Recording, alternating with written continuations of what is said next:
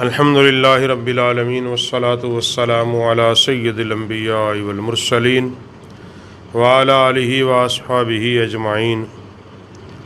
بسم اللہ الرحمن الرحیم۔ ما کان محمد ابا احد من رجالکم ولکن رسول اللہ وخاتم النبیین وکان اللہ بکل شیء علیما۔ ان اللہ وملائکتہ یصلون علی النبی یا ایہا الذین آمنوا صلوا علیہ وسلموا تسلیما۔ اللہم صلی علی سیدنا و مولانا محمد وعلی آل سیدنا و مولانا محمد مبارک وسلم صلوا علیہ۔ اللہم صلی علی سیدنا و مولانا محمد النبی الامی وعلی آلہ واصحابہ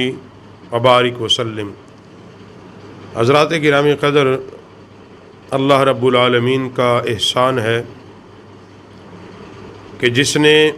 امام الانبیاء سید الانبیاء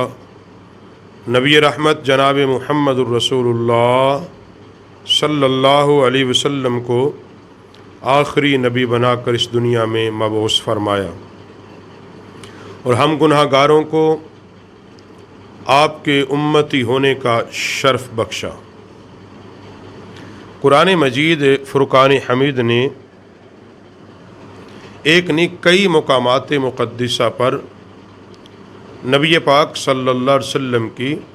ختم نبوت کا اعلان فرمایا۔ قرآن پاک کی اسی آیات مقدسہ کہ ما کان محمد ابا احد من رجالکم ولکن رسول اللہ وخاتم النبیین، کہ آپ رسولوں کو مکمل کرنے والے ہیں، خاتم ہیں۔ اور دوسری دلیل قرآن پاک کی یہ ہے کہ لکم دینکم ولی دین، اور تیسری قرآن پاک کی آیت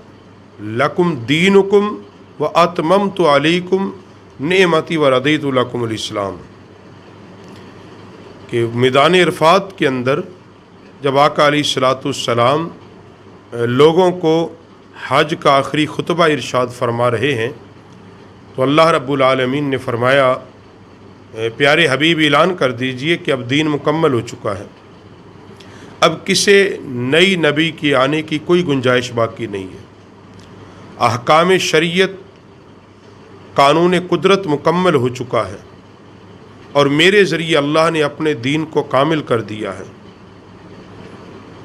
اور میں نے اللہ کا دین آپ تک پہنچا دیا ہے۔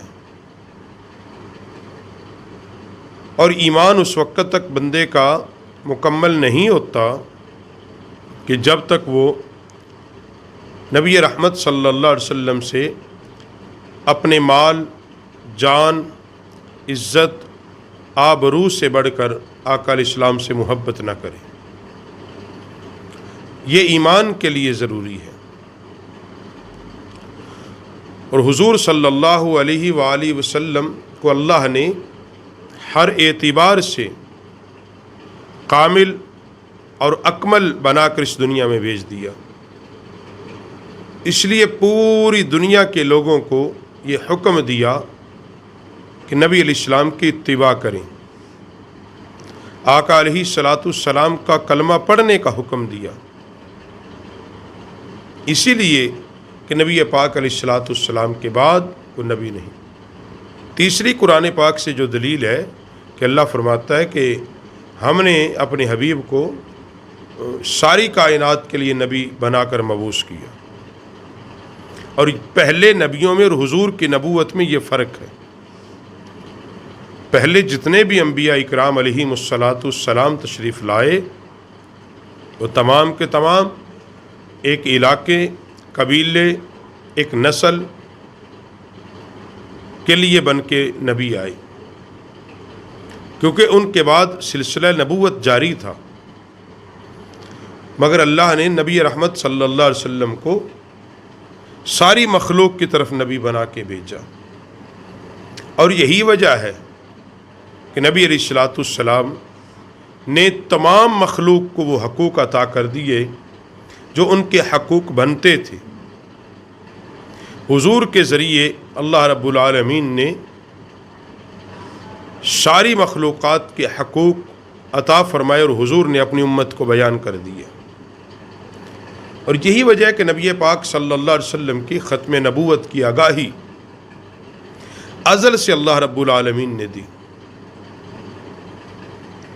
اور یہ اعلان کر دیا کہ جب کائنات کے اندر نبی رحمت محمد الرسول اللہ صلی اللہ علیہ وسلم تشریف لے آئیں گے، پھر اس کے بعد کسی نبی کی کوئی گنجائش نہیں ہے۔ اور یہ فیصلہ پھر جمہور صحابہ اکرام علیہم رضوان سے بھی ہو گیا کہ نبی پاک صلی اللہ علیہ وسلم کے پردہ فرمانے کے بعد جب عرب کے اندر ہی ایک انسان نے دعوی نبوت کیا اور یہ کہہ دیا کہ میں نبی ہوں محمد کے بعد، تو جناب خلیفہ بلا فصل امیر المومنین سیدنا صدیق اکبر رضی اللہ تعالیٰ عنہ نے تمام صحابہ کو بلایا اور یہ خبر دی اور بتایا کہ حضور کے بعد ایک بندے نے دعوی نبوت کیا، تب کہ اللہ کا قرآن کہہ رہا ہے محمد کے بعد نبی کوئی نہیں۔ اور یہ واحد قرآن پاک کی وہ آیات مقدسہ ہے کہ خود نبی علیہ السلام نے اس آیت کی تشریح اور تائید میں خود نبی علیہ السلام نے اپنی زبان رسالت سے بیان کر دیا کہ لا نبی بعد، کہ یہاں خاتم النبیین سے مراد کوئی اور نہیں، فرمایا بلکہ محمد عربی صلی اللہ علیہ وسلم کی ذات ہے کہ میرے بعد اب قیامت تک نبی کوئی نہیں، لا نبی بعد، میرے بعد اب نبی کوئی نہیں۔ اور پھر صحابہ اکرام علیہم رضوان نے اجماع کیا اس بات پہ کہ یہ اللہ کا بھی حکم ہے، خود آقا علیہ السلام کا بھی حکم ہے، اور ہمارا یہ ایمان اور یقین یہی ہے کہ جو رسول اللہ صلی اللہ علیہ وسلم نے فرما دیا تو پھر ان کے لیے کوئی قانون سازی نہیں کی گئی۔ یہاں ایک مسئلہ ضرور ہے کہ ایسا نہیں ہوا کہ کائنات کو صرف بتانا شروع کر دیں کہ یہ جو ہے یہ جھوٹا ہے، بلکہ صحابہ اکرام علیہم رضوان نے حضرت سیدنا صدیق اکبر کی سربراہی میں ان سے جنگ کی، قتال کیا، اور اس جھوٹا نبوت کا دعویٰ کرنے والے کی گردن کو اڑایا گیا۔ اصل مسئلہ اور اصل قانون یہ ہے کہ جو نبی علیہ الصلوۃ والسلام کی ختم نبوت کا انکار کرے یا حضور علیہ الصلوۃ والسلام کے بعد دعوی نبوت کرے، اس کو اتنا کافی نہیں ہے کہ وہ کافر ہے،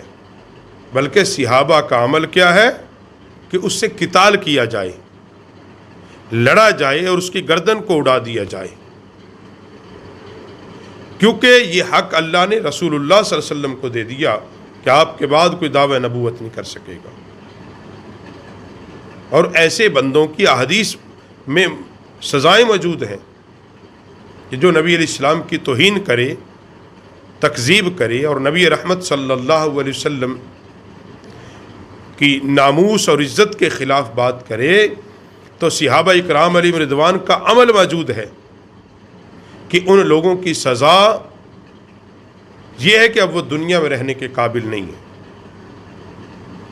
وہ دنیا میں رہنے کے قابل نہیں ہے۔ نبی رحمت صلی اللہ علیہ وسلم نے فرمایا، ختم نبوت کے حوالے سے بات کرتے ہوئے حضور علیہ السلام نے فرمایا میں قصر نبوت کی آخری اینٹ ہوں، آخری اینٹ ہوں، یعنی ایک محل جو مکمل ہو چکا، ہر اعتبار سے مکمل ہو چکا، تعمیر و ترقی کے اعتبار سے، تزئین و آرائش کا اعتبار سے، ایک اینٹ باقی ہے۔ لوگ اس کا طواف کرتے ہیں، کہتے ہیں یہ محل بڑا خوبصورت ہے، کاش یہ ایک اینٹ بھی رکھ دی جاتی۔ حضور فرماتے وہ آخری اینٹ میں محمد الرسول اللہ ہوں، اللہ نے مجھے وہ آخری اینٹ بنا کر بھیجا ہے، آخری نبی بنا کر بھیجا ہے کہ قصر نبوت کا محل مکمل ہو گیا اور اس کے تخت پر ختم نبوت کے تاج والا محمد عربی سج گیا۔ اور یہاں بڑی خوبصورت بات کہی علماء نے، عطا اللہ شاہ بخاری رحمہ اللہ ان کے درجات بلند کرے، دیوبند مکتبہ فکر تھے، مگر یہ امت کا اجماع ختم نبوت کے موضوع پر ہے۔ وہ یہ بات اپنے خطبات میں کہا کرتے تھے۔ یہ بات ایک الگ ہے